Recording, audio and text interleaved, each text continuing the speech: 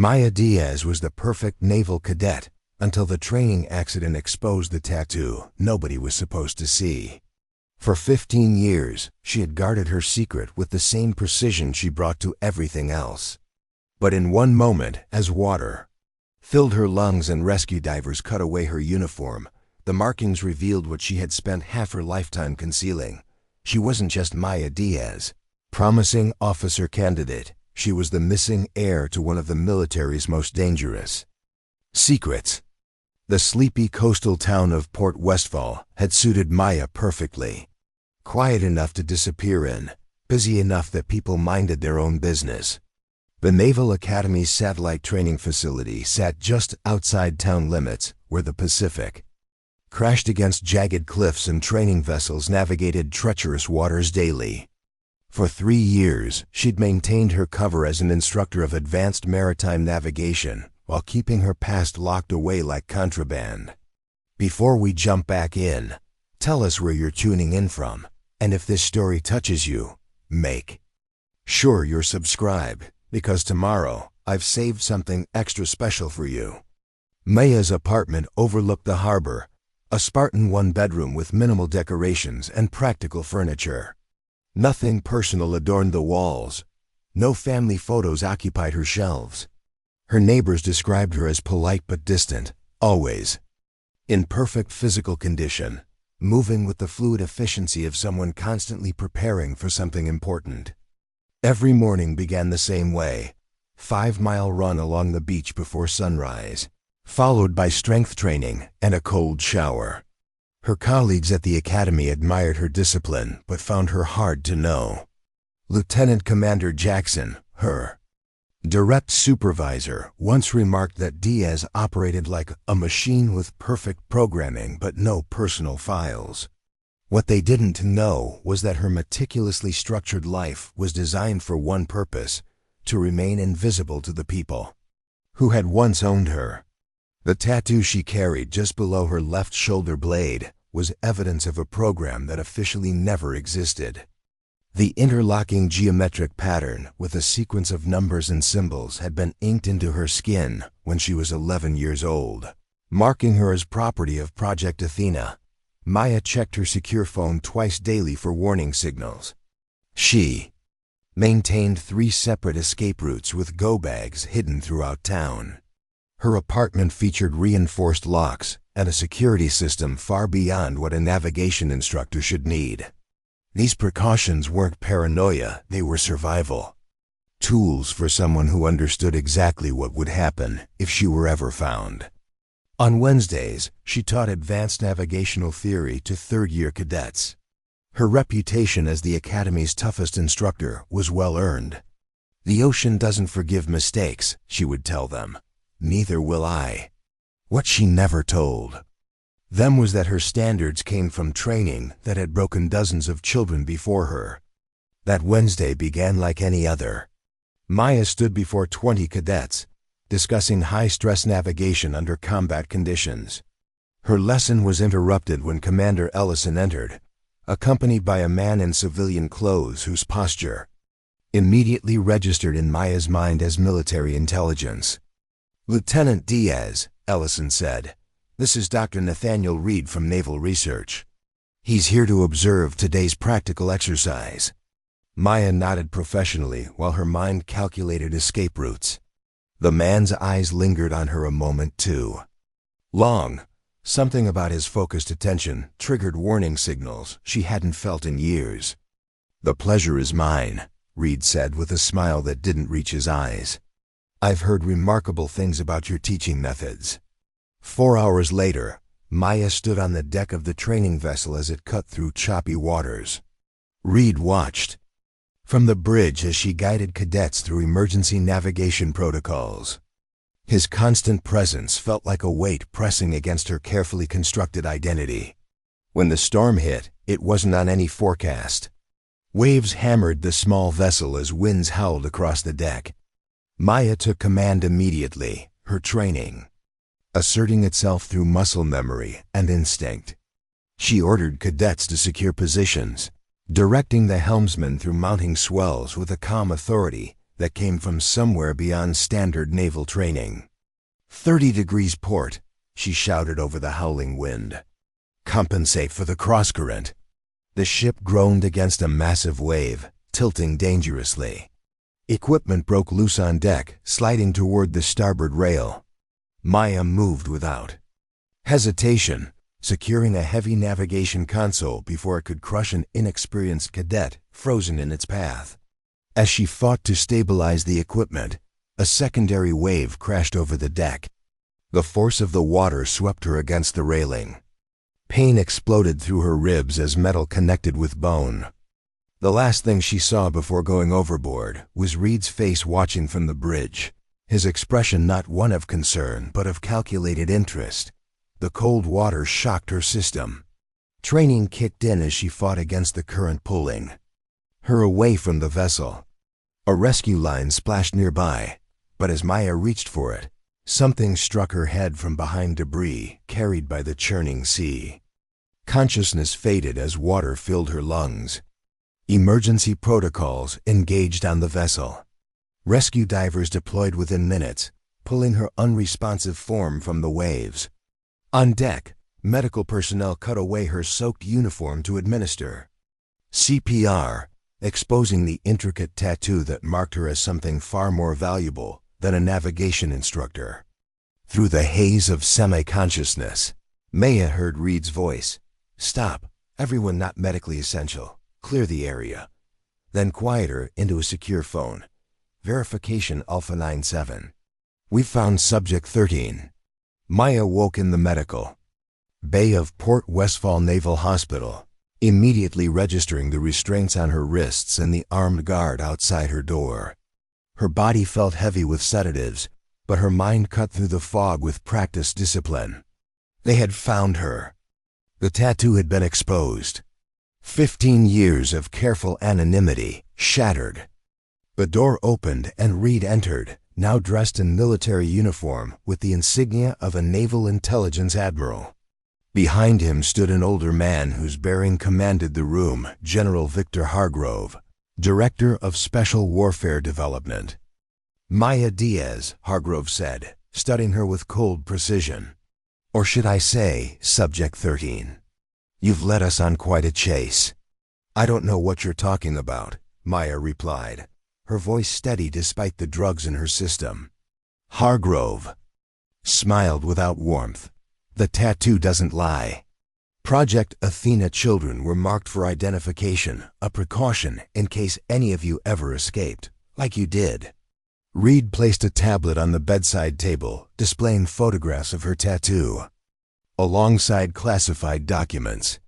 13 subjects, trained from childhood in advanced warfare, enhanced cognitive abilities, specialized infiltration. You were the star pupil until you disappeared at age 17. Maya said nothing, measuring the distance to the door, calculating odds of escape despite her restraints and sedation. "We're not here to punish you," Hargrove continued. "Project Athena was officially terminated 12 years ago. Its methods were deemed excessive, but its objectives remain vital to national security. What do you want?" Maya asked, buying time as the sedatives gradually cleared from her system. "We need you to come back," Reed said. "There's a situation developing that requires your specific skills. Skills that only Athena children possess." Maya's laugh was bitter. "We weren't children, we were weapons. And now we need that weapon again," Hargrove replied without flinching. "The others from your program are gone. Dead, disappeared, or compromised. You're the only one left with the training to complete this mission." Outside the window, Maya could see the Pacific stretching toward the horizon, the same ocean that had both exposed her and served as her escape route for years. She had contingency plans for this exact scenario, but executing them would require perfect timing. "The program is dead," she said. "Let it stay buried." Hargrove's expression hardened. 3 days ago, a secure facility was breached. Technology from Project Athena was stolen technology linked to the cognitive enhancement protocols used on you and the others. If it reaches the open market, every power on Earth will create their own versions of Athena. Children turned into living weapons, but without the ethical constraints we maintained. Ethical constraints? Maya's voice took on an edge that made the guard by the door tense. Is that what you call what was done to us? Reed stepped forward. I know what they did to you was unforgivable. I joined the oversight committee that shut it down. But this isn't about the past. It's about preventing a future where Athena becomes the norm rather than the exception. Maya studied him, looking for deception. Her enhanced senses, one of the gifts from the program, detected sincerity mixed with desperation. Who took it? She asked finally. Colonel James Mercer, Reed answered. Former Special Operations, now working for private interests. He was security director at the archive facility housing the Athena files. The name hit Maya like physical pain. Mercer had been one of the program's chief trainers, a man whose methods left scars that no amount of time could heal. If he had the Athena protocols, the implications were catastrophic. Mercer is alive? Maya whispered, memories flooding back of training sessions that crossed every boundary of human decency. Very much so, Hargrove confirmed.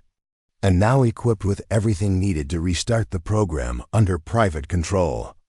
We need someone who understands his methods, who can anticipate his moves. Maya closed her eyes, composing herself. Remove these restraints, and then we'll talk. Reed hesitated, then nodded to the guard. Once freed, Maya sat up slowly, rubbing her wrists. What exactly do you think I can do that your entire intelligence apparatus cannot? Infiltrate Mercer's operation, Hargrove said. He's recruiting former special forces for something big. With your background and skills, you could get inside, locate the stolen technology, and help us recover it before it's implemented. Maya stood, testing her balance. The sedatives were clearing faster than should have been possible, another Athena enhancement. And afterward?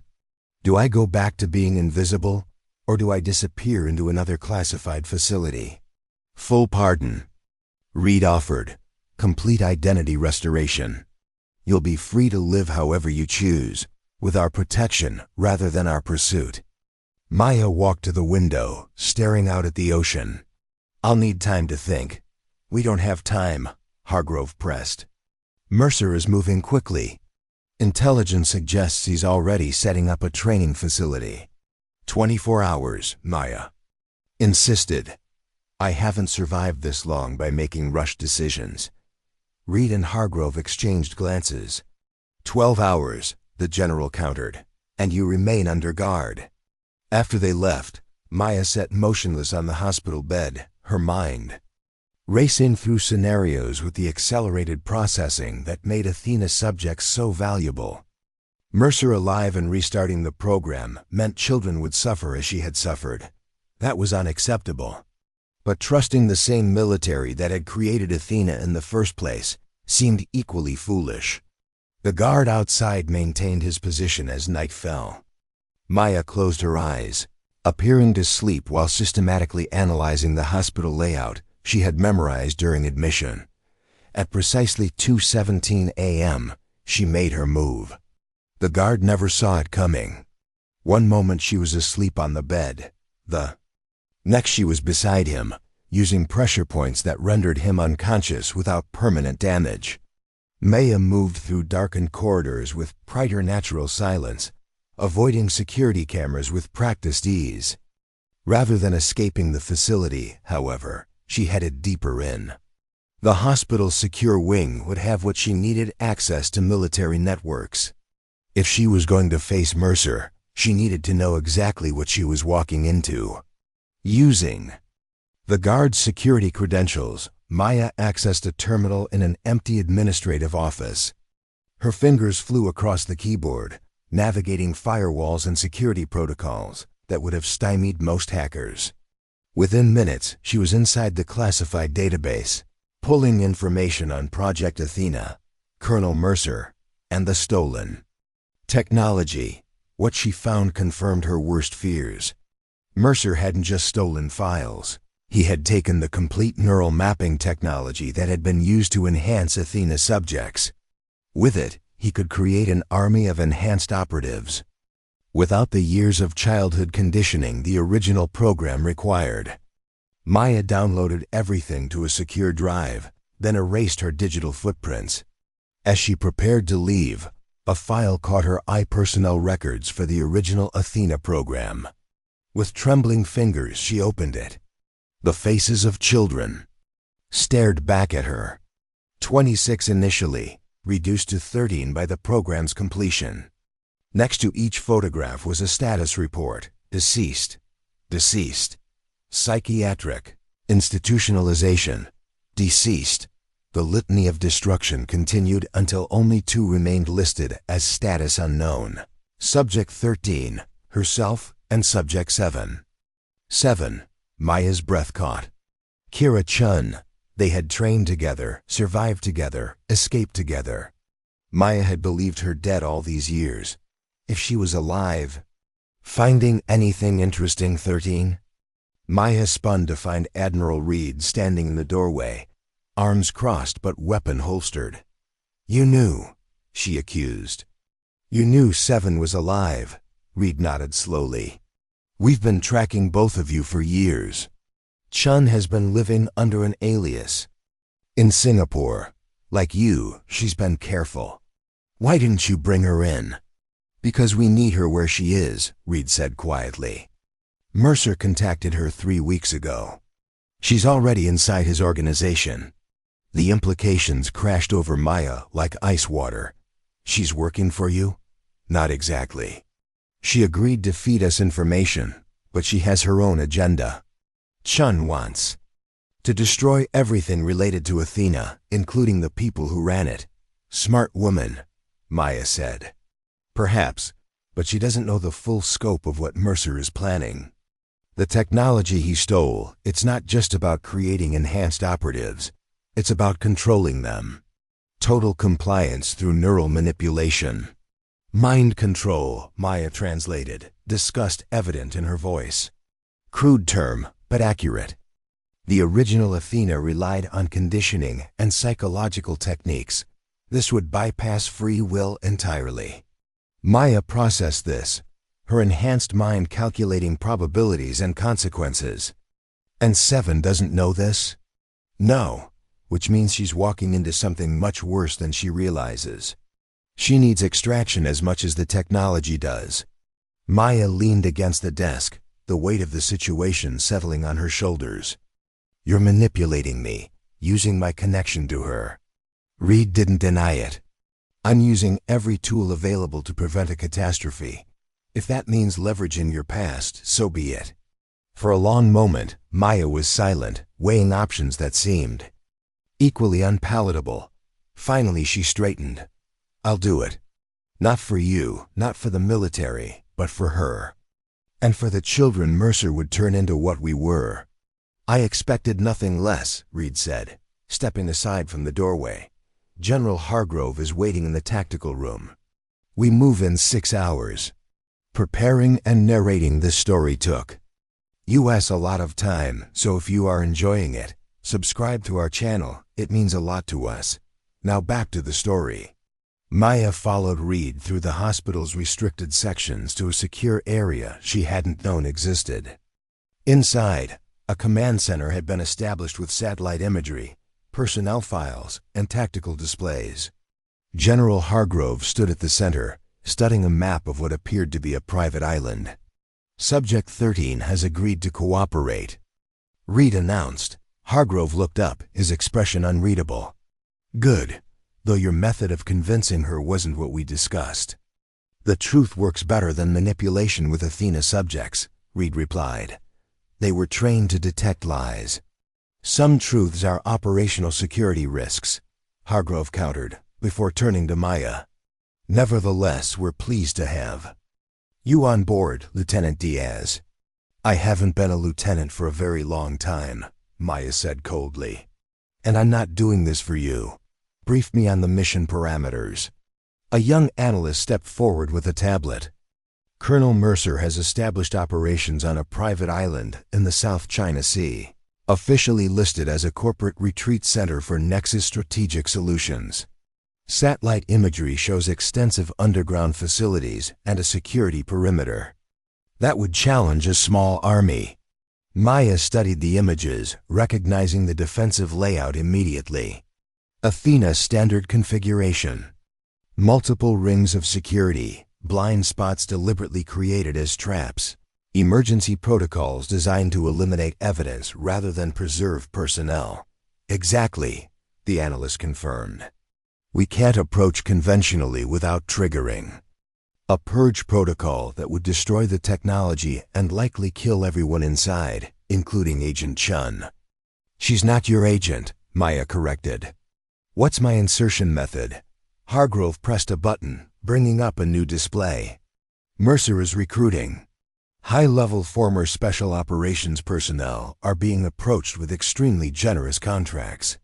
We've intercepted and redirected one such offer. A personnel file appeared on screen. Captain Sophia Wright, Navy SEAL, recently discharged after a distinguished career. You want me to pose as this woman, Maya stated. No, Reed corrected. Captain Wright will make initial contact, establishing her credentials. Once inside, you'll take her place through a controlled exchange. Your enhanced abilities should allow you to maintain the cover convincingly. Maya scrolled through Wright's file, memorizing details with the accelerated learning capacity that had been engineered into her brain. What's my extraction plan? Primary extraction will be via submarine off the North Shore, Hargrove explained. Secondary is helicopter from the central helipad, though that's considerably higher risk. Tertiary is boat from the southern dock, though surveillance there is heaviest. And if all those fail? Maya asked, already knowing the answer. Then you improvise, Hargrove said without emotion. That's what you were trained for, after all. Maya turned to Reed. I need to speak with Seven with Chun before I go. Verify her status directly. Too risky, Hargrove interjected. Any unusual communication could compromise her position. She'd detect me as an imposter the moment I set foot on that island, unless she's expecting me, Maya countered. Athena subjects can identify each other. It was built into our training. Reed nodded slowly. She's right. We can arrange a secure communication channel, brief and deniable. As preparations continued around her, Maya stood apart, watching the military machine activate with the same clinical efficiency that had defined her childhood. They were using her, just as they always had. The difference now was that she was using them too, to find the one person who truly understood what she had survived. 3 hours later, Maya sat alone in a secure communications room, waiting as encryption protocols established a connection that would leave no trace. The screen flickered, and suddenly she was looking at a face she had believed lost forever. Kira Chun had changed in 15 years. Her features had hardened, a thin scar traced her left cheekbone, and her eyes held the same vigilant awareness that Maya saw in her own mirror each morning. But underneath those changes was unmistakably Seven, the girl who had once been closer than a sister. 13, Kira said, voice barely above a whisper. They found you. The tattoo, Maya explained simply. Training accident. Kira nodded once, understanding everything that wasn't being said. You're coming in. Yes, Mercer has the neural mapping technology. I know, that's why I'm here. To destroy it. Maya leaned closer to the screen. It's worse than you think. The technology includes complete neural override capabilities. Kira's expression didn't change, but Maya detected the micro-expressions that indicated shock. Another Athena enhancement, reading people with superhuman accuracy. That wasn't in any of the files I've accessed, Kira said. Because Mercer is keeping it compartmentalized. The military only discovered it after analyzing what was taken. Kira was silent for a moment, calculating just as Maya had done. This changes the timeline. He's accelerating the program. First test subjects are arriving tomorrow. Children? Maya asked, dreading the answer. No, adult volunteers, former soldiers with combat trauma. Perfect test subjects, disciplined, conditioned to follow orders, and damaged enough that behavioral changes would be attributed to their existing conditions. Maya felt cold fury building inside her. We end this, permanently. Yes, Kira. Agreed, but not the way they want us to. Her eyes flicked upward, indicating the surveillance she knew would be monitoring their conversation. Follow the insertion plan. I'll recognize you. When you arrive, request the full facility tour. That will get you access to the lower levels. The meaning was clear. Kira had her own plan, one that didn't align with the military's extraction mission. Understood, Maya replied. Like Budapest? A ghost of a smile touched Kira's lips at the reference to one of their training scenarios, one where they had been ordered to compete but had instead cooperated, outwitting their handlers. Exactly like Budapest, Kira confirmed. 13. It's good to see you alive. You too, 7. The connection terminated, leaving Maya alone with her thoughts and the weight of what lay ahead. She wasn't just facing Mercer and his operation, she was navigating between Kira's agenda and the military's objectives, neither of which she fully trusted. As dawn broke over the naval facility, Maya stood on the helipad in crisp civilian clothes. Hair pulled back in a severe bun that emphasized her sharp features. Captain Wright waited beside her, reviewing final details before their separate departures. Remember, once you're in, communication will be minimal, Wright explained. Emergency. Extraction signal is this. She demonstrated a simple pattern of taps on what appeared to be an ordinary watch. Maya nodded, her mind already shifting into the operational focus that had been drilled into her since childhood. General Hargrove approached, extending his hand with uncharacteristic formality. Lieutenant Diaz, he said, using her cover name. Even now, the nation owes you a debt it can never fully acknowledge.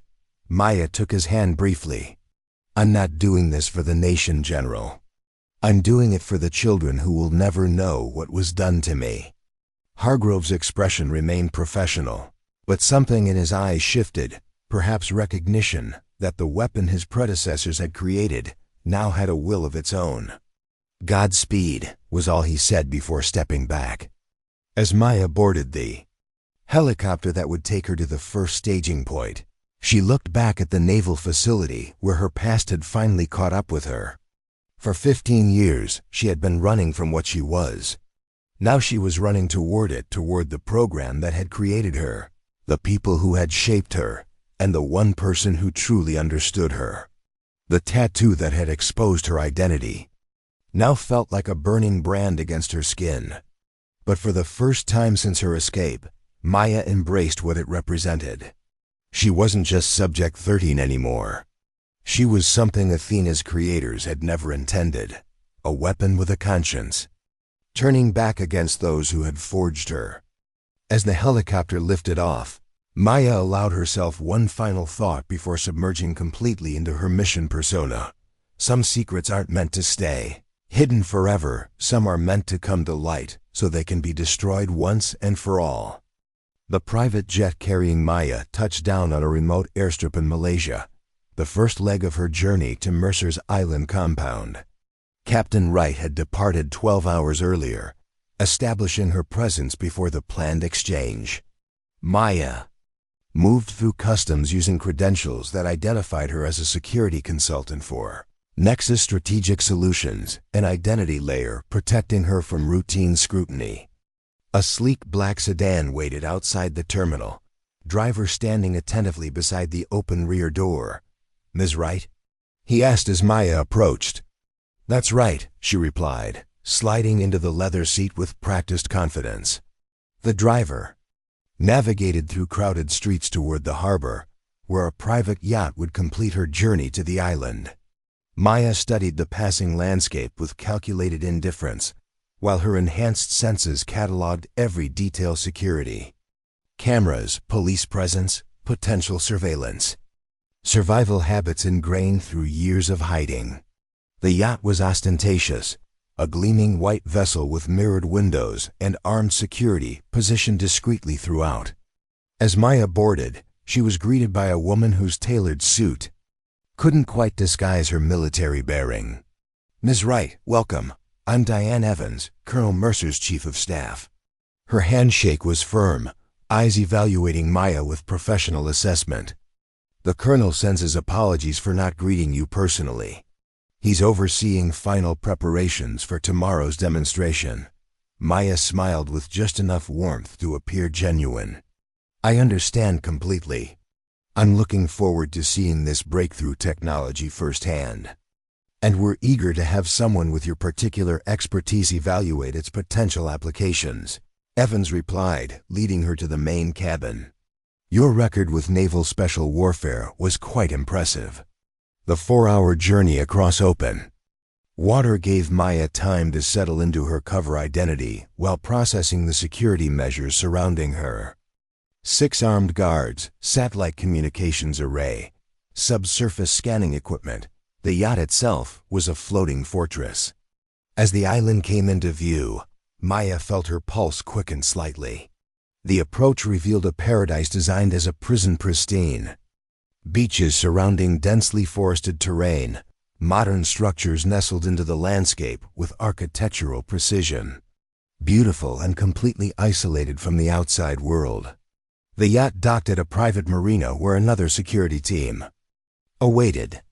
Maya stepped onto solid ground with Captain Wright's confident stride, following Evans toward a sleek electric vehicle. "We'll get you settled in your quarters," Evans explained as they drove along a paved road cutting through tropical foliage. "The Colonel has arranged a welcome dinner this evening where you'll meet the other specialists. Tomorrow morning, the formal briefing begins." Maya nodded, allowing appropriate interest to show in her expression. "I'm curious about the other recruits. Anyone I might know?" "Perhaps," Evans replied with practiced neutrality. "Former special forces primarily, though a few come from intelligence backgrounds, all exceptional in their fields." The vehicle crested a hill, revealing the full compound, a main structure of glass and steel surrounded by smaller buildings, training facilities, and a helipad. Maya recognized the layout immediately. Though modernized and disguised with luxury appointments, the underlying design matched Athena training compounds perfectly. Her quarters were spacious and well-appointed, with floor-to-ceiling windows overlooking the ocean. Maya conducted a careful sweep for surveillance devices, finding exactly what she expected: cameras in the main living area, audio monitoring throughout, and a particularly sophisticated system hidden in the artwork. Maya unpacked methodically, maintaining her cover while assembling the specialized equipment concealed in her luggage: communications gear, disguised as ordinary electronics, weapons components hidden in toiletries, and a special watch containing her emergency beacon. At precisely 1900 hours, a soft chime announced her escort to dinner. Maya followed a young security officer through corridors designed to disorient newcomers, another Athena protocol she recognized immediately. The path took 3 unnecessary turns, passed through 2 security checkpoints, and involved an elevator ride that moved laterally as well as vertically. Mapping the compound's true layout was part of her mission objectives. The dining room projected casual luxury, a stunning circular space with panoramic views of the sunset over the ocean. 12 people were already present, engaged in conversation that paused briefly as Maya entered. She recognized the studied casualness of operators assessing a new variable in their environment. "Captain Wright," announced Evans from behind her. "Our final arrival." A tall man detached himself from the group, approaching with the confident stride of someone accustomed to command. Colonel James Mercer had aged since Maya had last seen him, silver streaking his dark hair, lines deepening around his eyes. But his posture remained perfect. His gaze still held the same calculating intelligence that had once evaluated children for their potential as weapons. "Sophia," he greeted her, extending his hand. "Your reputation precedes you. We're delighted you accepted our invitation." Maya took his hand, suppressing the instinctive revulsion that threatened to surface. "Colonel."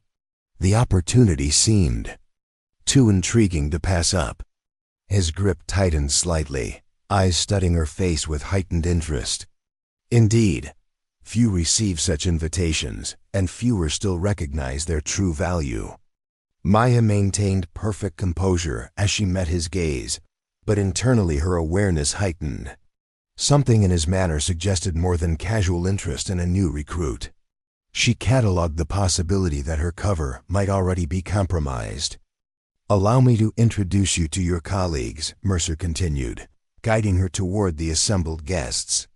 The introductions passed in a carefully choreographed sequence. Former Delta Force operators, ex-CIA field agents, military psychologists, and security specialists.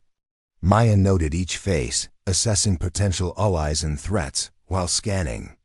For one face in particular, Kira stood near the windows, dressed in simple elegance that contrasted with the others' more obvious displays of wealth. She turned as Maya approached, her expression revealing nothing as Mercer made the introduction.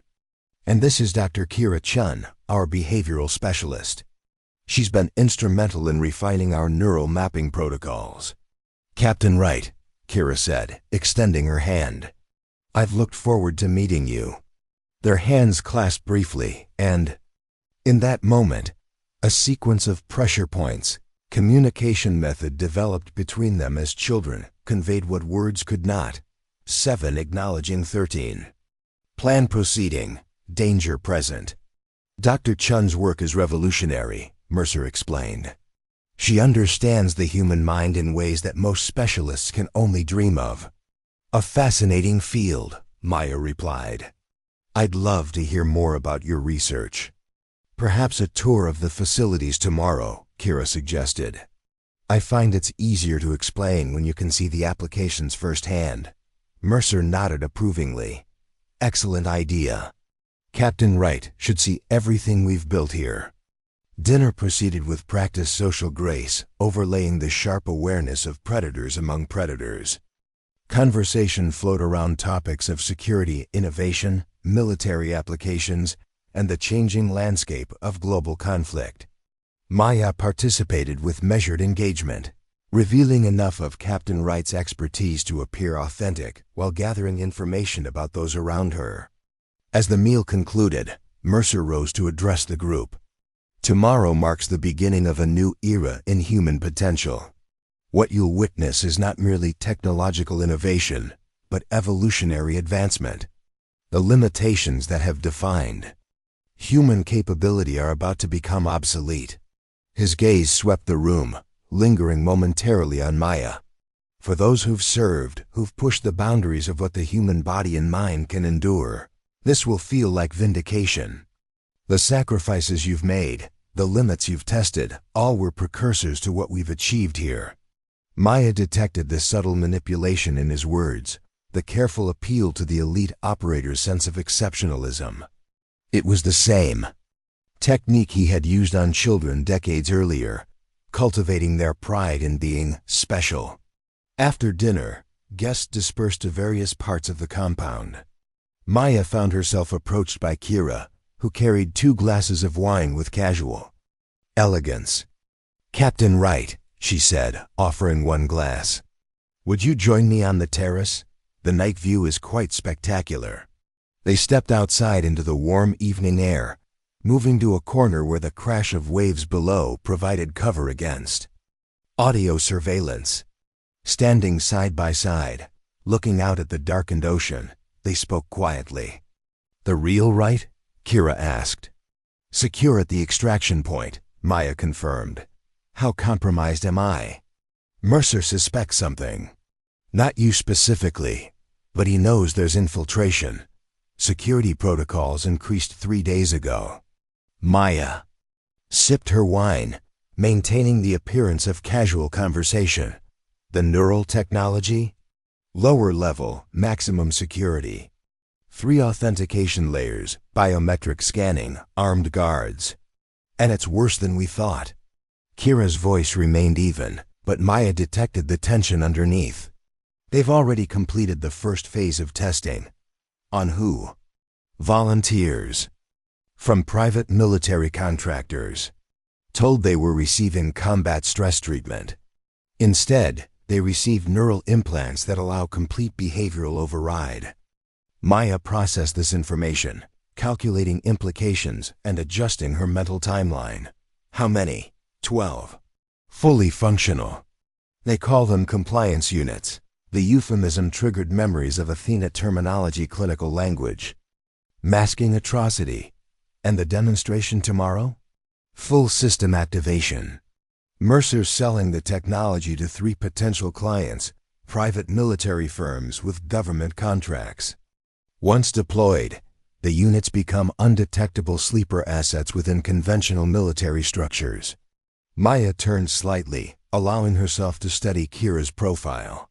15 years had changed them both, but the methodical precision that had made 7 the program's most disciplined subject remained evident in every controlled movement. Your extraction plan? Maya asked. There isn't one, Kira replied simply. This ends here. The implication was clear. Kira had come to destroy the facility, regardless of personal survival. It matched Maya's own contingency plans, though. Not the mission parameters she'd been given. The military wants the technology secured, not destroyed, Maya noted. Of course they do, Kira responded, a rare flash of emotion color in her voice. Just like they wanted us secured. Some weapons should never exist. Maya nodded almost imperceptibly. We'll need access to the central servers and the research laboratory. Both will be isolated from main systems. The tour tomorrow gets US into the secure areas. I've been mapping vulnerabilities for weeks. Their conversation was interrupted by the approach of Evans, Mercer's chief of staff, her footsteps deliberately audible on the stone terrace. Ladies, she called pleasantly. The colonel has asked me to remind everyone that tomorrow begins early. Transport to the main facility departs at 0700.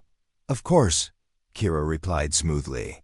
Captain Wright and I were just discussing her interest in neural response patterns under combat conditions.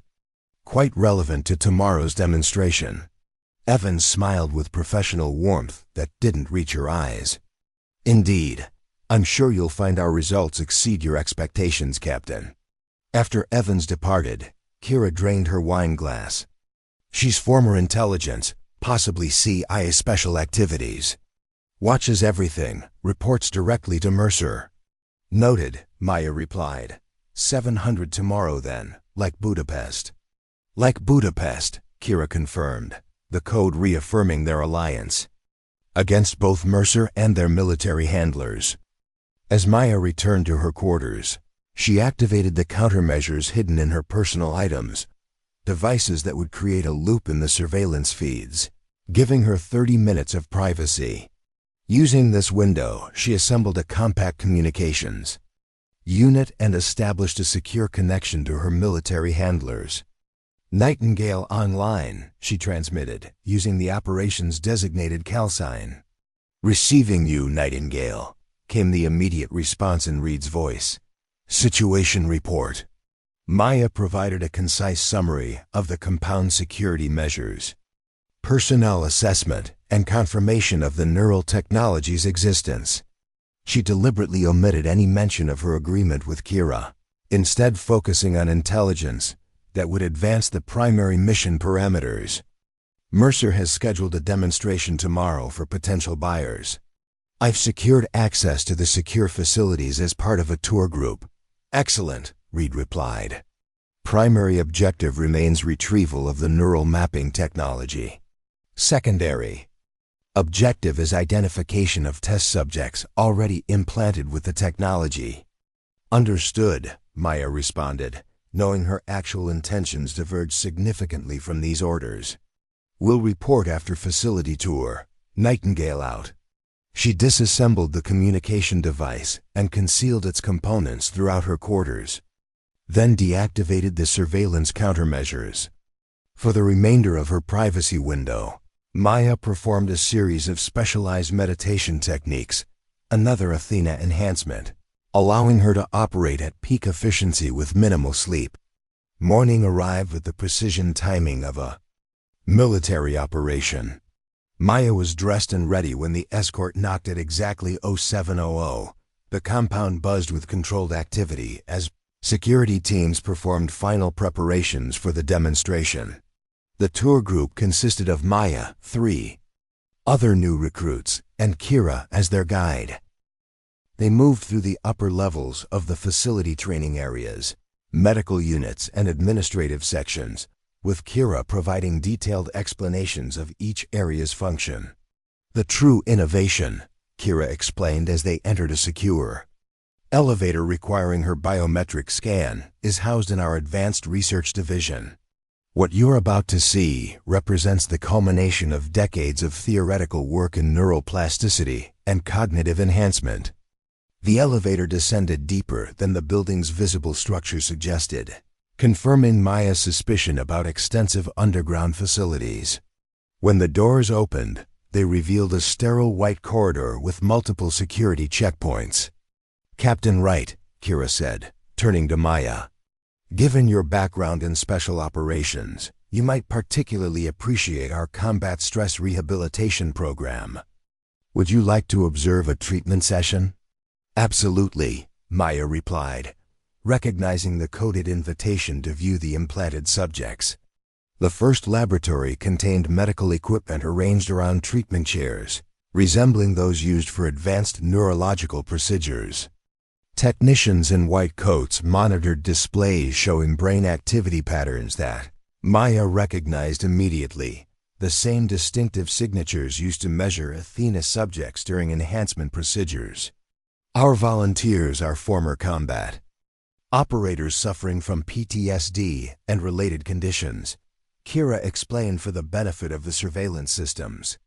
"The neural mapping technology allows us to identify trauma patterns and recalibrate neural responses." Through an observation window, Maya could see 3 men seated in a waiting area. Their postures were perfect, expressions neutral, the unnatural. Stillness immediately recognizable to anyone familiar with behavioral conditioning. These weren't patients. They were weapons being prepared for deployment. The results had been remarkable, Kira continued. Complete resolution of symptoms, enhanced cognitive function, and significantly improved operational capability. One of the other recruits, a former Army Ranger, asked technical questions about the procedure, giving Maya the opportunity to study the laboratory more carefully. She noted the security protocols, emergency systems, and most importantly, the central server room visible through another set of reinforced doors. "The neural mapping process is controlled from our central data core," Kira explained, leading them toward those doors. "All procedures are monitored in real time and adjusted based on individual neural architecture." The server room required additional authentication: retinal scan, voice recognition, and physical keycard. Inside, banks of specialized computing equipment maintained the neural mapping system, its blue-white glow illuminating the otherwise dimly lit space. "This," Kira said with calculated pride, "is where the magic happens. Every aspect of the enhancement process is controlled from these systems." Maya studied the setup, identifying critical components while appearing to share the others' impressed reactions. Her enhanced vision captured the security protocols, access points, and most importantly, the system's vulnerabilities. As they exited the server room, an alert sounded throughout the facility. 3 short tones that Maya recognized as a priority notification rather than an emergency signal. Kira's communication device activated. "Dr. Chun," came Mercer's voice, "please bring Captain Wright to testing chamber 1 immediately. Our primary client has arrived early and is requesting a preliminary demonstration." "Of course, Colonel," Kira replied smoothly. "We're on our way." To the others, she added, "I'm afraid we'll need to cut the tour short. Security will escort you back to the main building." As the group separated, Maya followed Kira through another series of secure corridors, moving deeper into the facility. Neither spoke until they reached a final security checkpoint where guards verified their identities before allowing them to pass. "This wasn't planned," Kira murmured as they approached the testing chamber. "Something's changed." The chamber itself was designed like a theatrical demonstration space, a central floor area surrounded by elevated observation seating. Mercer stood with a small group of men in expensive suits, their demeanor suggesting significant authority despite their civilian appearance. "Ah, Dr. Chun, Captain Wright," Mercer greeted them with practiced warmth. "Perfect timing. Our guests were just expressing interest in seeing the compliance protocols in action." Maya registered the shift in atmosphere immediately. Mercer's gaze held something new when it fixed on her, a predatory awareness that suggested the game had changed. "Gentlemen," Mercer continued, addressing the visitors, "before we proceed with the formal demonstration, I thought you might appreciate a more spontaneous display of the technology's capabilities." He gestured, and a side door opened to reveal 3 of the treated subjects Maya had observed earlier. They entered with synchronized movements, taking positions in the center of the chamber. "These individuals have received the complete neural implantation protocol," Mercer explained. "They maintain full cognitive function and physical capability, but with one significant enhancement: absolute compliance to authorized commands." One of the visitors leaned forward with interest. "They retain their training, their skills?" "Completely," Mercer confirmed. "In fact, their efficiency increases due to the elimination of fear, hesitation, and moral consideration. They become pure operational assets." Maya maintained her cover as Captain Wright, showing professional interest while calculating escape routes and threat assessments. The chamber had limited exits, all secured and monitored. "A demonstration, then," Mercer suggested, turning to Maya with a smile that didn't reach his eyes. "Captain Wright, perhaps you'd care to test their combat capabilities? As a special operations veteran, your assessment would be particularly valuable." The invitation carried clear threat beneath its professional veneer. Maya understood she was being tested, perhaps already suspected. "I'd be happy to observe their performance parameters," she replied carefully. Mercer's smile widened slightly. "I had something more interactive in mind." He turned to one of the subjects. "Unit 3, engage Captain Wright in hand-to-hand. Combat, non-lethal protocols, cease on command." The man's eyes fixed on Maya, his expression unchanged as he moved toward her with the fluid grace of an experienced fighter. The challenge was clear: respond as Captain Wright would, without revealing enhanced capabilities that would expose her true identity. Maya shifted into a standard defensive stance, deliberately limiting herself to conventional training patterns. As the subject attacked, the exchange of blows was precisely calculated. She defended effectively while displaying only the skills expected of an experienced but unenhanced operator. The subject's fighting style was mechanical perfection, each movement executed with inhuman precision. No hesitation, no self-preservation instinct, just pure offensive efficiency. Maya recognized the patterns from her own training, the optimization of human movement for maximum combat effectiveness. After allowing the exchange to continue for nearly a minute, Mercer called out, "Unit 3, stand down."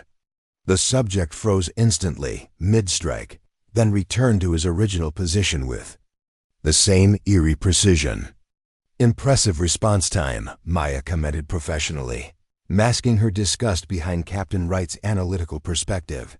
No hesitation or resistance to potentially harmful commands. "Exactly," Mercer agreed, studying her with calculating interest. Complete compliance without sacrificing operational effectiveness.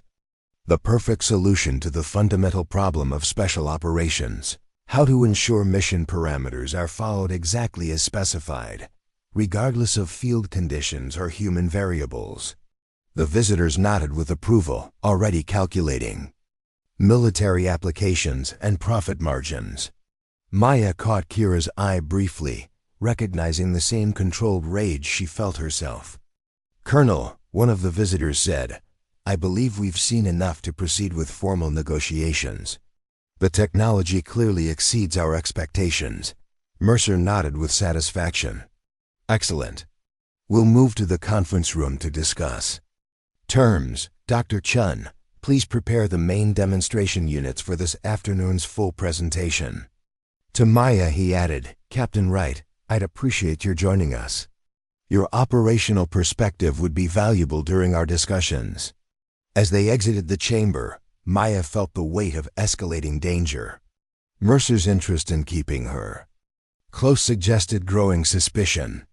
The timeline for whatever she and Kira planned would need to accelerate. In the conference room, Maya sat quietly, observing the negotiations while maintaining her cover. The visitors represented private military corporations with government contracts, the perfect distribution network for embedding controlled assets within official military structures. Deployment could begin within 30 days, Mercer was explaining. Initial units would be inserted as special consultants attached to your existing contracts. Their enhanced capabilities would naturally lead to increased responsibilities and access. One of the men, clearly the lead negotiator, leaned forward. "And control protocols? How are commands transmitted and authenticated?" "Proprietary encryption. Using quantum entanglement principles," Mercer replied. "Completely secure, untraceable, and unblockable. Each unit responds only to authorized controllers, with hierarchical override capabilities for command structure." Maya listened with growing horror as Mercer outlined what amounted to a shadow. Army human weapons programmed for absolute obedience, positioned throughout military and intelligence organizations worldwide.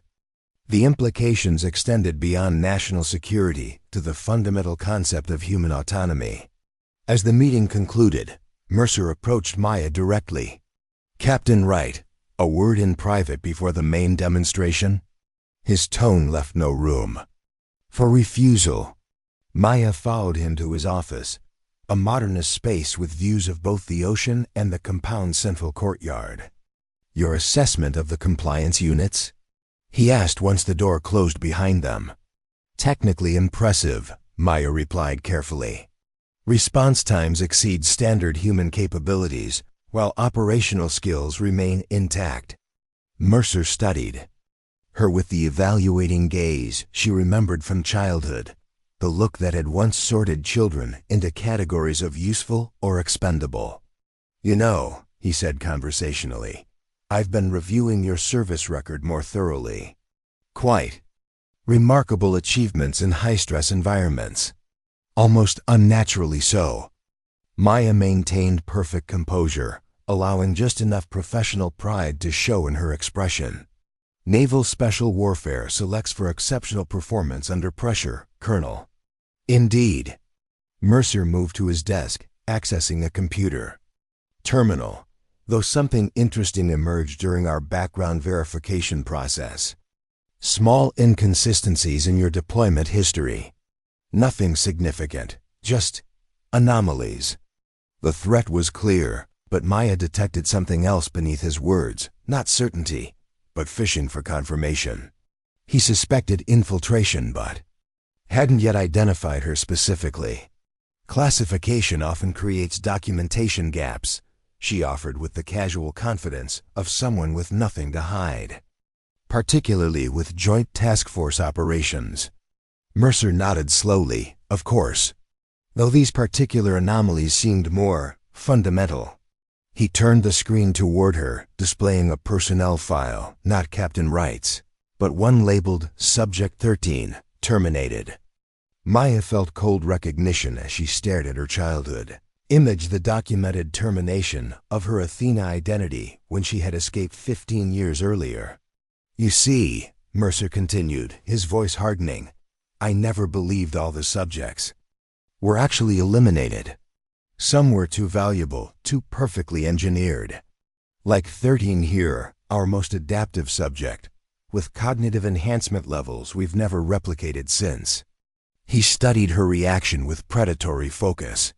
Until now, with our new neural mapping technology, soon we'll create enhanced assets that surpass even the original Athena subjects. Unless, of course, something interferes with tomorrow's implementation. Maya understood she stood at a critical decision point. Her cover was compromised, but Mercer was still confirming his suspicions rather than acting on them.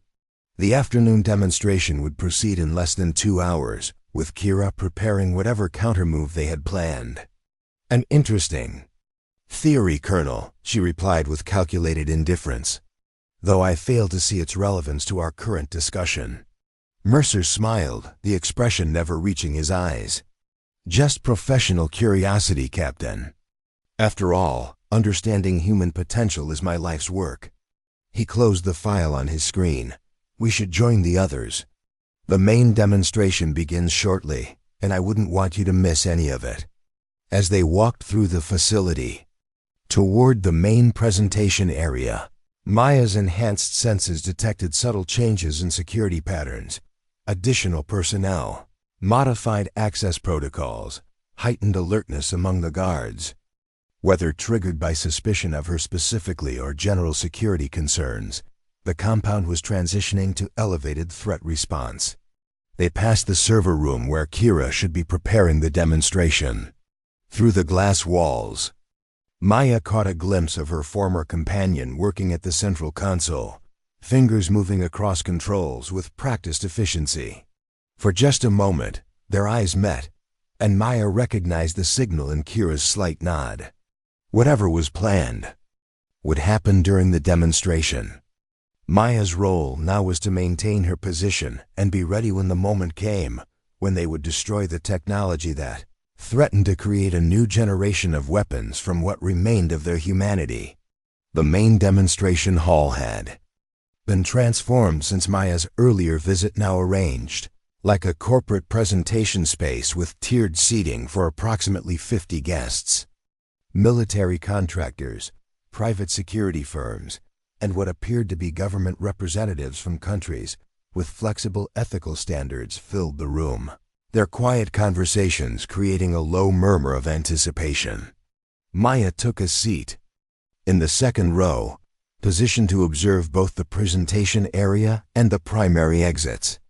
Mercer stood at the center of the stage, conversing with his technical team as final preparations were completed.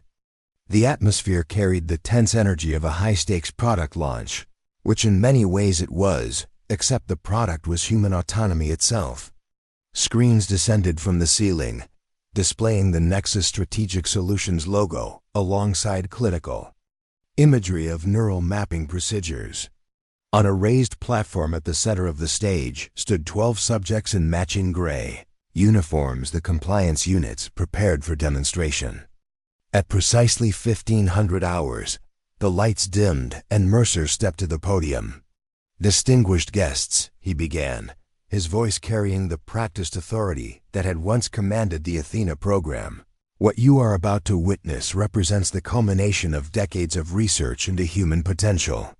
Today, we transcend the limitations that have defined military and security operations throughout history." Images appeared on the screens, brain scans, neural pathway mappings, technical specifications presented with clinical precision. The fundamental challenge in any critical operation has always been human variability, Mercer continued. Training can optimize performance, but cannot eliminate the unpredictability of human decision-making under stress. Until now. Maya scanned the room continuously, noting security positions, identifying Kira's absence, and calculating the minutes remaining before whatever they had planned would activate.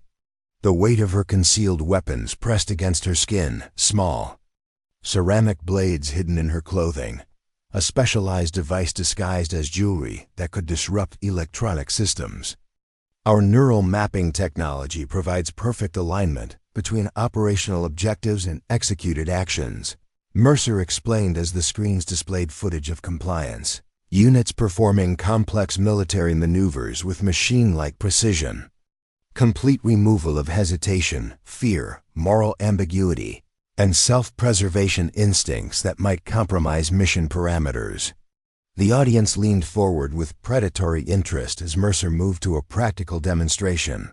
Units 1 through 6, Combat Formation Alpha, he commanded. The subjects moved in perfect synchronization, arranging themselves in a tactical pattern that Maya recognized from Special Operations Close Quarters protocols.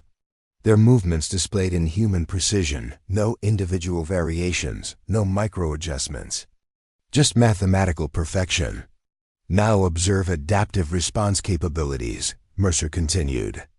Units respond to simulated ambush, northwest quadrant.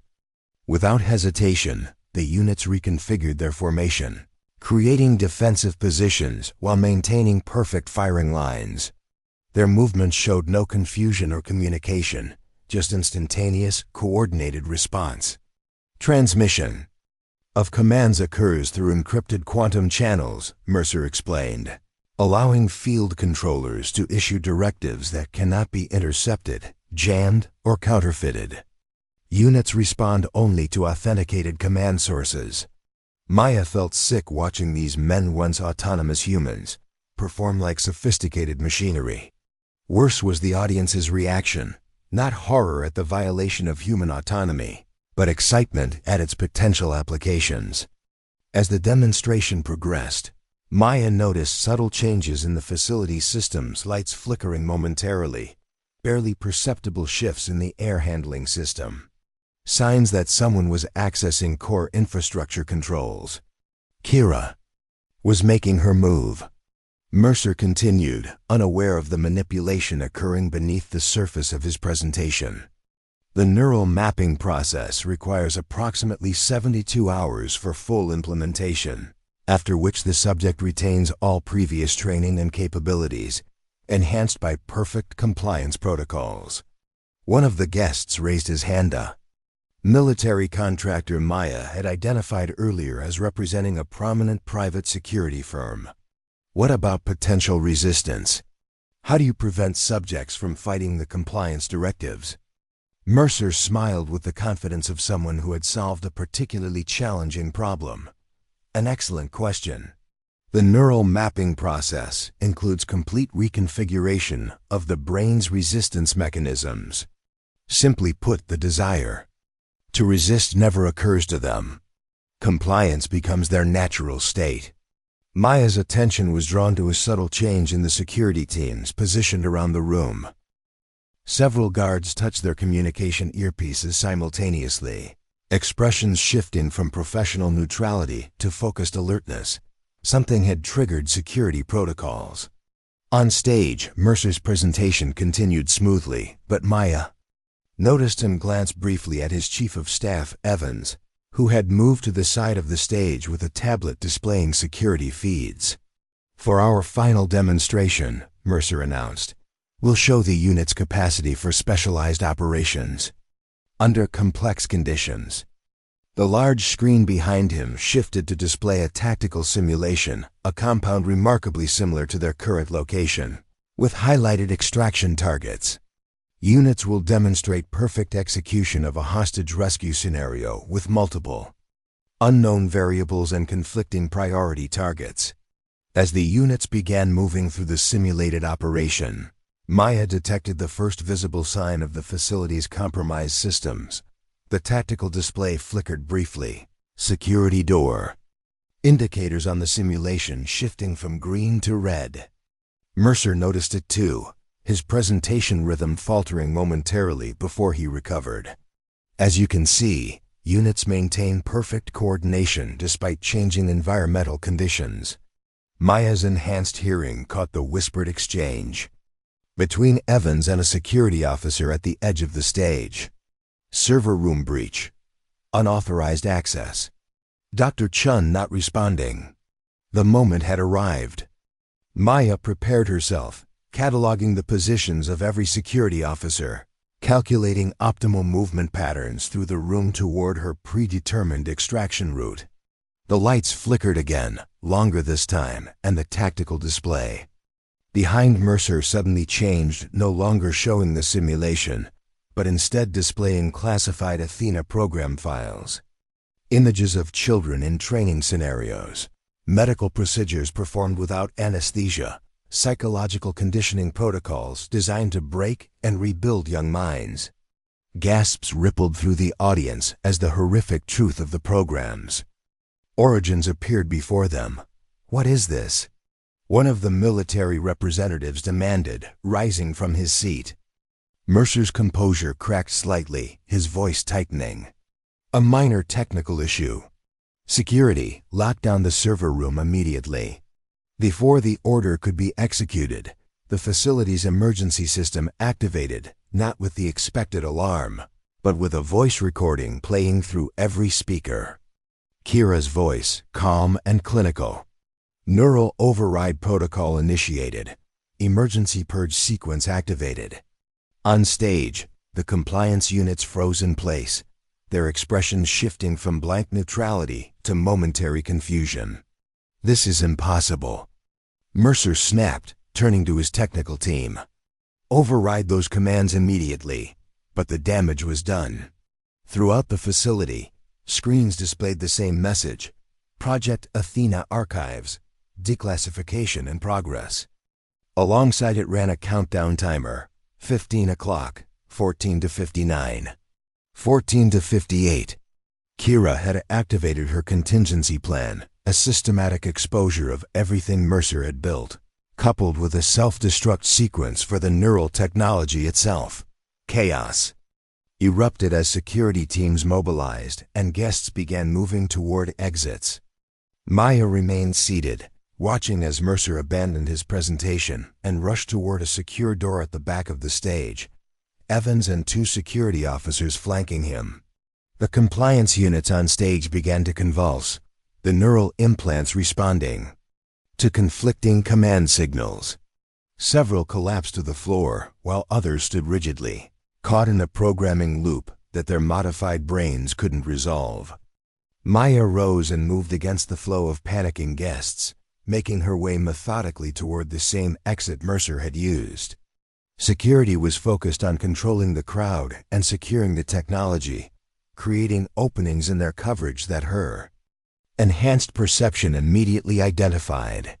As she slipped through the secure door, Maya heard the facility's genuine emergency systems activate, klaxons wailing as automated announcements directed personnel to evacuation points. The countdown continued relentlessly: 12:37, 12 to 36, 12 to 35. The corridor beyond led deeper into the facility rather than toward escape routes, exactly as Maya had expected. Mercer wouldn't abandon his life's work. He would attempt to salvage the core technology and research data before evacuation. Maya moved silently through the increasingly deserted hallways, following signs of Mercer's hasty retreat. Security doors, left unsealed in the rush, dropped access cards, the echo of urgent voices ahead. Her enhanced hearing caught fragments of conversation. Backup servers in sublevel 3. Initiate emergency transfer protocols. Terminate Chen immediately. Kira was in danger if she wasn't already dead. Maya increased her pace, navigating the facility's complex layout with the spatial awareness that had been engineered into her brain decades earlier. The server room doors stood open when she arrived, evidence of a struggle visible in overturned equipment and blood smeared across a control panel. Inside, 2 security officers lay unconscious or dead, while Evans worked frantically at the main terminal, attempting to override Kira's programs. Of Mercer and Kira, there was no sign. Maya assessed the situation in milliseconds. The data transfer Evans was attempting would preserve the neural mapping technology, allowing Mercer to rebuild elsewhere. That couldn't happen. She moved into the room with silent efficiency, closing the distance to Evans before the woman registered her presence. When Evans finally sensed movement and turned, Maya was already within striking range. Right? Evans reached for her weapon, but Maya was faster, disarming her with a precise strike that demonstrated capabilities far beyond Captain Wright's training. Subject 13, Evans corrected herself, recognition dawning in her eyes. We wondered. If you were still alive, where's Mercer taking Dr. Chun? Maya demanded, maintaining perfect control as she immobilized Evans against the console. You're too late, Evans replied, a hint of satisfaction in her voice despite her compromised position. Mercer's already transferring the core technology to our secondary facility. The doctor volunteered to accompany him. Maya applied precise pressure to a nerve cluster in Evans' shoulder and Athena, technique designed to cause maximum pain without permanent damage. Location. Evans gasped, professional composure fracturing under specialized torture techniques designed specifically for intelligence extraction. Sublevel 5. Helicopter bay, but you'll never reach them in time. Maya rendered. Evans unconscious with another precisely calculated strike, then turned to the terminal. The countdown continued 9:44, 9:43, 9:42. While data streamed across the screen, showing exactly what Kira had initiated. The Athena files were being transmitted to multiple external servers, major news organizations, human rights watchdogs, intelligence oversight committees. Simultaneously, a virus was systematically corrupting the neural mapping technology itself, rendering it unusable without complete reconstruction. But Evans was right about one thing: a secondary data transfer was in progress, preserving core research components on a secure server. If Mercer escaped with that data and Kira, he could rebuild elsewhere. Maya entered a series of commands, accelerating Kira's virus to target the backup systems first, then headed toward the helicopter bay 5 levels below. The facility's evacuation protocols would have most personnel moving upward toward surface exits, leaving her path relatively clear if she avoided main corridors. As she moved through maintenance shafts and emergency stairwells, Maya activated her emergency beacon, the signal to her military handlers that extraction was imminent.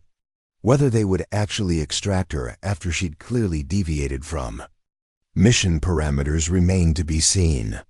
Sublevel 5 housed the facility's underground transportation hub, a reinforced hangar containing vehicles for emergency evacuation. As Maya approached, she heard the distinctive sound of helicopter rotors beginning their startup sequence. The hangar itself was vast, designed to accommodate multiple aircraft while remaining completely hidden from satellite surveillance. At its center, a sleek black helicopter sat with rotors already turning, its side door open as final preparations for departure were completed. Maya positioned herself behind maintenance equipment, assessing the situation. 6 armed guards surrounded the helicopter, while Mercer himself stood at the open door, supervising the loading of equipment. Kira was already inside, visible through the cockpit window, her hands secured behind her back. The countdown from Kira's program continued on displays throughout the facility. 6:18, 6:17, 6:16. Maya calculated her approach options. Direct confrontation against 6 armed guards presented unfavorable odds, even with her enhanced capabilities. The helicopter itself presented the most vulnerable target: its fuel system, navigation equipment, or pilot. She moved silently around the perimeter of the hangar, using maintenance structures for cover, approaching the aircraft from its blind spot behind the tail rotor. The guards' attention remained focused outward, expecting threats from the main entrance rather than from within the secured area. As Maya prepared to make her move, an unexpected development changed the tactical landscape entirely. Throughout the facility, the lights flickered and died, replaced by dim emergency lighting.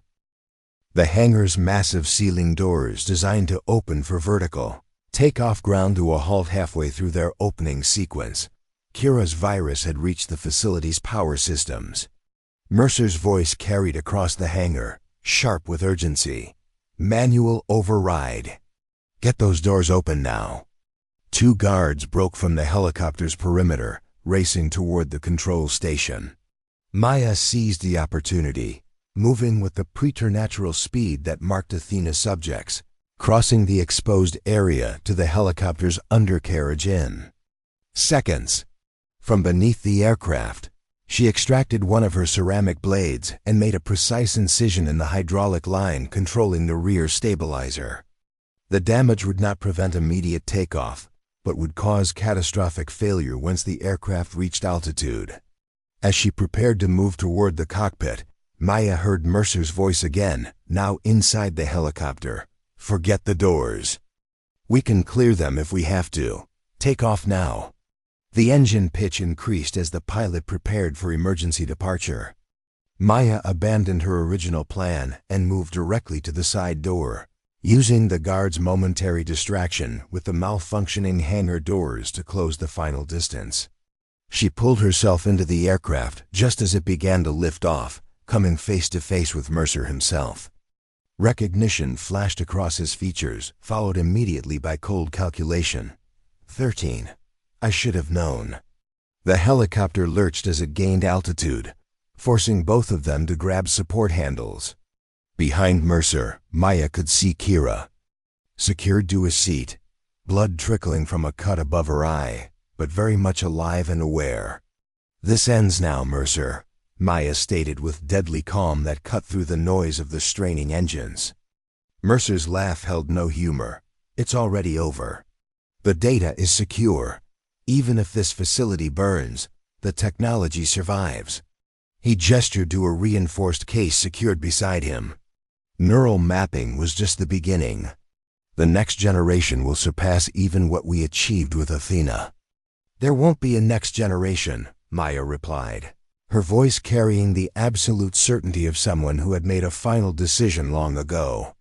The helicopter continued its ascent toward the partially opened hangar doors, its powerful engines straining as the pilot calculated clearance margins. Below, chaos continued to unfold as the facility systems failed one by one. "You still don't understand, do you?" Mercer said, his expression shifting to something resembling pity. "You were never meant to have autonomy. You were designed as the perfect weapon, precisely engineered, perfectly controlled. Everything that makes you special came from us." "No," Maya countered, maintaining perfect balance as the helicopter banked sharply, maneuvering toward the opening. "What makes me special is what I chose to become despite what you did to me." Mercer reached for a weapon concealed in his jacket, but Maya was already moving. The fight that followed unfolded with the heightened speed and precision that only enhanced combatants could achieve, a blur of calculated strikes and countermoves that the helicopter's other occupants could barely track. Mercer's training was extensive, his technique refined through decades of experience. But Maya had been literally engineered for this exact scenario, her neural pathways optimized for combat in ways that no conventional training could match.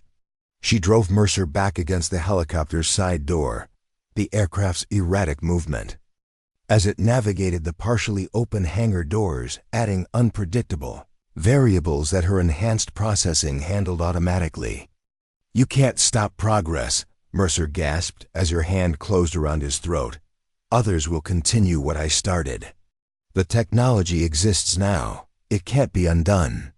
"You're right," Maya acknowledged, her voice steady despite the violence of their struggle. "But I can make sure you're not the one to continue it." With perfect timing, she released her grip and stepped back as the helicopter cleared the hangar doors and accelerated upward. Mercer, momentarily off balance, reached for a support strap and missed. The side door, damaged during their fight, slid open wider as the aircraft banked sharply. For a moment, Mercer hung suspended in the doorway, his expression changing from confidence to the first real fear Maya had ever seen on his face. 13, he began, but whatever he intended to say was lost as the helicopter lurched again, and he fell, disappearing into the darkness below. Maya secured the door and moved immediately to Kira, cutting her restraints with the ceramic blade. "The data?" Kira asked, rubbing circulation back into her wrists. "Still on board," Maya confirmed, gesturing to the reinforced case. "But not for long." In the cockpit, The pilot remained focused on stabilizing the aircraft, unaware of what had transpired behind him. Maya approached from behind, applying precise pressure to neural pathways that rendered him unconscious without permanently damaging his brain, another Athena technique. As she took control of the aircraft, Kira moved to the case containing the backup data, attaching a small device to its electronic lock. "Facility status?" Maya asked, banking the helicopter away from the island and toward open ocean. "Complete system failure in approximately 3 minutes," Kira replied, her fingers moving across the device's keypad. "The virus is rewriting core programming. Everything Mercer built is being erased from the inside out." "And the files you transmitted?" "Going public in 24 hours. Every detail of Project Athena, including the neural mapping program. No government or private entity will touch this technology once the world sees what it really is." Maya nodded, maintaining their course away from the facility. Below, she could see other evacuation helicopters and boats streaming from the island as personnel abandoned the compromised installation. "Your military handlers won't be pleased," Kira noted, finally breaking through the case's security and extracting a series of hard drives. They wanted this technology preserved. "They'll survive the disappointment," Maya replied dryly. The helicopter's warning system activated a shrill alert indicating hydraulic failure in the rear stabilizer, exactly as Maya had engineered. They had minutes before the aircraft would become uncontrollable. "Time to go," she said, engaging the autopilot and setting a course toward empty ocean. Kira looked at her sharply. "Go where?" "We're over open water." Maya moved to a storage compartment, extracting emergency equipment, parachutes, survival gear, location beacons. "We jump." The helicopter continues on autopilot until the hydraulics fail completely. When it crashes, the military will assume we went down with it. Understanding dawned in Kira's eyes. "Disappear again." "Clean slate," Maya confirmed, handing Kira a parachute. "No more running, no more hiding, just finished."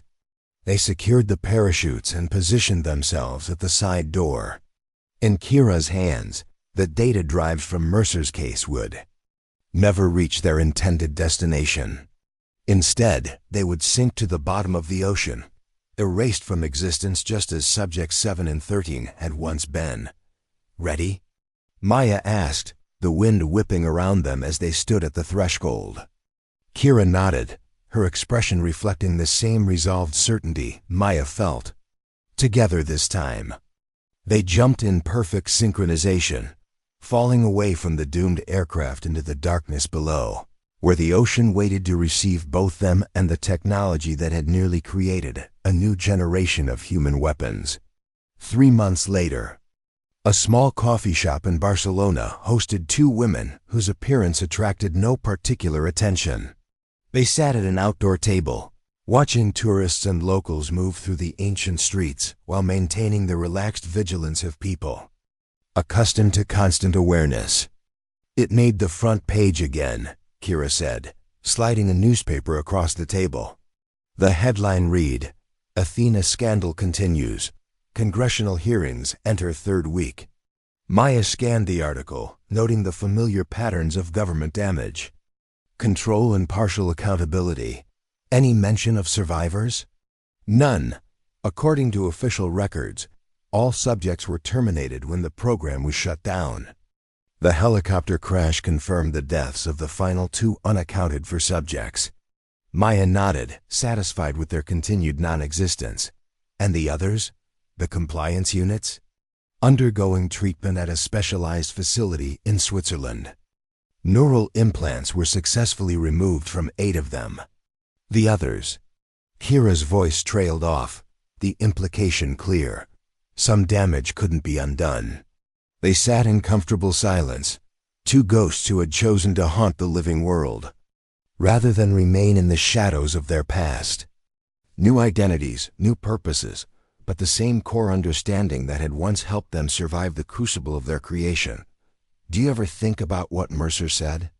Kira asked finally, about us being designed as weapons from the beginning? Maya considered this, watching a young family pass by their table parents, guiding a small child with the natural protective instinct that she and Kira had been denied. I think about what we chose to become instead. And what's that? Kira pressed. The cure, Maya replied simply. They created the perfect weapons, and those weapons turned against the system that made them. Poetry, in its way. Kira smiled, a genuine expression that would have been unthinkable during their Athena. Days to being the cure then. She raised her coffee cup in a small toast. Maya returned the gesture, feeling the weight of her hidden tattoo. No longer a brand of ownership, but a reminder of what she had overcome. To being the cure. In a world where human autonomy itself had nearly become a commodity, too former. Weapons had chosen to protect the very freedom they had been designed to compromise. The perfect symmetry of their rebellion completed a circle that had begun decades earlier with children marked for a purpose they had never chosen. They were no longer subjects, no longer numbers or assets or weapons. They had names, choices, and most importantly, the capacity to ensure that what had been done to them would never be repeated. As Maya sipped her coffee in the Spanish sun, she reflected that true freedom wasn't found in escape or anonymity, but in the conscious choice to protect others from the fate you once faced yourself. In that purpose, she had finally found the peace that had eluded her for 15 years of running. The tattoo that had once exposed her had ultimately set her free. Up next, you've got 2 more standout stories right on your screen. If this one hit the mark, you won't want to pass these up. Just click and check them out. And don't forget to subscribe and turn on the notification bell so you don't miss any upload from us.